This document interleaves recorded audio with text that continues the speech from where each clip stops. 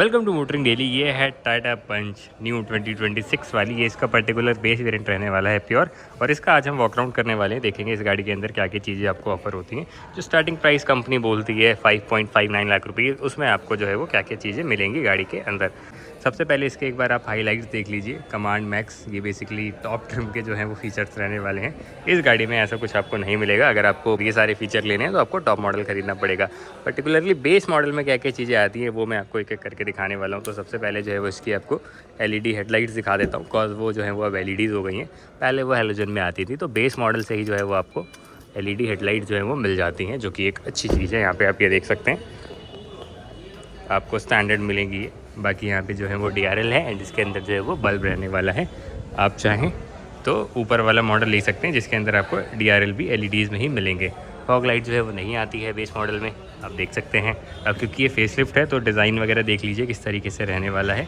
Refreshed look मिल गया है पंच को, और ये कुछ साइड प्रोफाइल है। स्टील व्हील मिलेंगे आपको, और व्हील कवर आप चाहें तो एडिशनली लगवा सकते हैं, वो जो है वो नहीं आते हैं। इनका जो साइज़ है वो रहने वाला है आपका 185/17 R15 15 इंच के जो हैं वो स्टील व्हील रहने वाले हैं। और ये देख लीजिए किस तरीके से रहने वाले हैं 4 लग नट्स के साथ।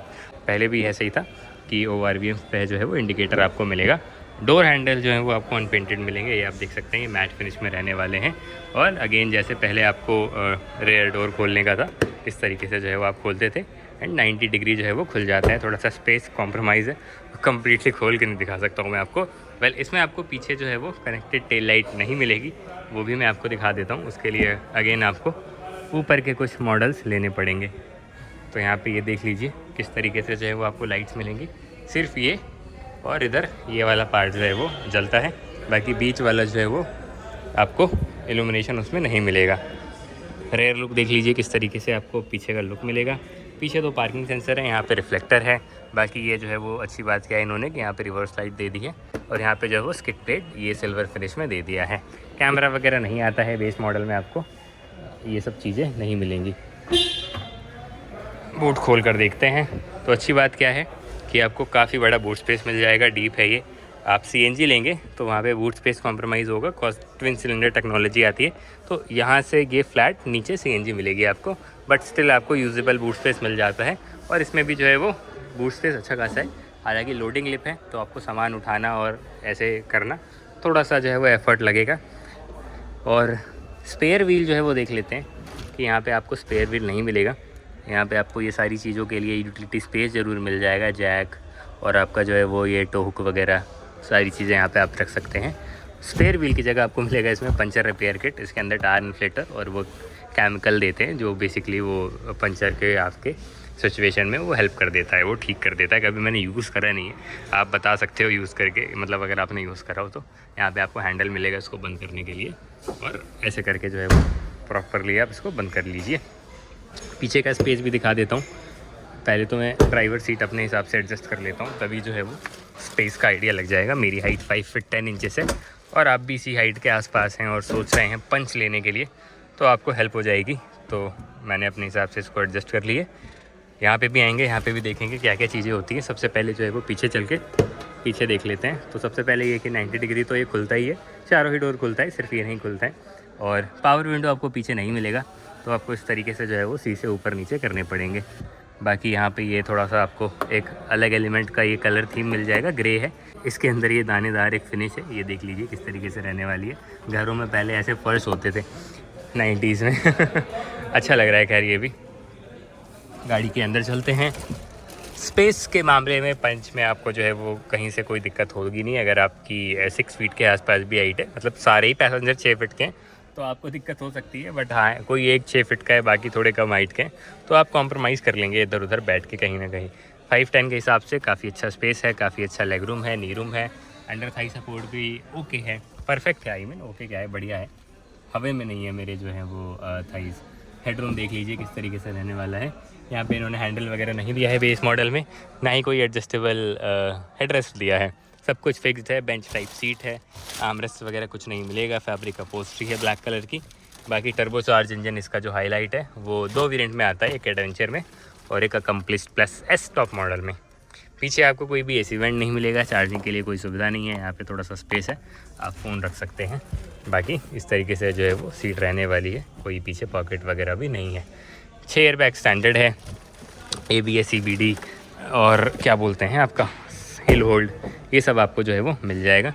ड्राइवर डोर देख लीजिए ये किस तरीके से रहने वाला है। यहाँ पे 2 पावर विंडो, पीछे तो मिलते नहीं है। लॉक अनलॉक यहाँ से आप कर लेंगे इसको इस तरीके से, बेसिकली अंदर चला जाता है। अभी डोर खुला हुआ है ना। और अंदर गाड़ी के जो है वो सीट वगैरह देख लीजिए, हाइट एडजस्टेबल नहीं मिलती है ये। और सीट जो है वो ठीक ठाक सपोर्टिव है, मतलब आपको कंफर्टेबल सीट मिलती है, कोई ऐसे दिक्कत नहीं आएगी। यहाँ पे भी आप देख सकते हैं किस तरीके से पैरों के पास स्पेस रहने वाला है। डेड पेडल आपको मिलेगा प्रॉपरली, और क्लच का जो थ्रो है, बेसिकली ट्रैवल है, वो भी कम है और क्लच काफ़ी लाइट है। अब over the period of time इनके क्लच थोड़े से जो है वो डिफरेंट बिहेव करने लगते हैं, थोड़े हैवी हो जाते हैं, थोड़ा वेट आ जाता है, वो भी अनयूजुअल सा वेट आ जाता है, telling you as a Nexon owner. तो खैर ठीक है, सबका डिफरेंट पर्सपेक्टिव एक्सपीरियंस हो सकता है। स्टीयरिंग व्हील आपको इस तरीके से मिलेगा, इसके अंदर कोई भी इल्यूमिनेशन नहीं है, वरना ये क्या करते हैं जैसे नेक्सॉन के बेस मॉडल से देते हैं, इसके अंदर इल्यूमिनेशन रहता है। ये अंदर ही स्टिकर तो नहीं है, ये पेंट काइंडा, मतलब टाटा का लोगो इसी के अंदर ही है बेसिकली, तो ये आपको मिलेगा। बाकी ये डिजिटल क्लस्टर है जो कि इनकी ऑलमोस्ट सारी गाड़ियों में आया है किसी न किसी टाइम पे, बेस मॉडल में, बीच के मॉडल में, टॉप मॉडल में, जब जैसे ईयर्स रहे हैं। इसके अंदर यहाँ पे फ्यूल है, हीट टेम्परेचर है, टैकोमीटर है, ओडोमीटर है, टेम्परेचर दिखा रहा है आउटसाइड। ये 8.2 फ्यूल इकॉनमी है, यहाँ पे आपका रेंज दिखाएगा जब पेट्रोल रहेगा तो। और बाकी सारे वार्निंग लाइट्स वगैरह इस तरीके से रहने वाली हैं। हेडलाइट आपको यहाँ पे मिल जाएगी, यहाँ पे आपका वाइपर का स्टॉक है। और मिसिंग ये है कि इसके अंदर कोई भी स्क्रीन प्लेयर इंफोटेनमेंट स्क्रीन नहीं आती है, वो आपको बाद में पोस्ट इंस्टॉल करवाना पड़ेगा।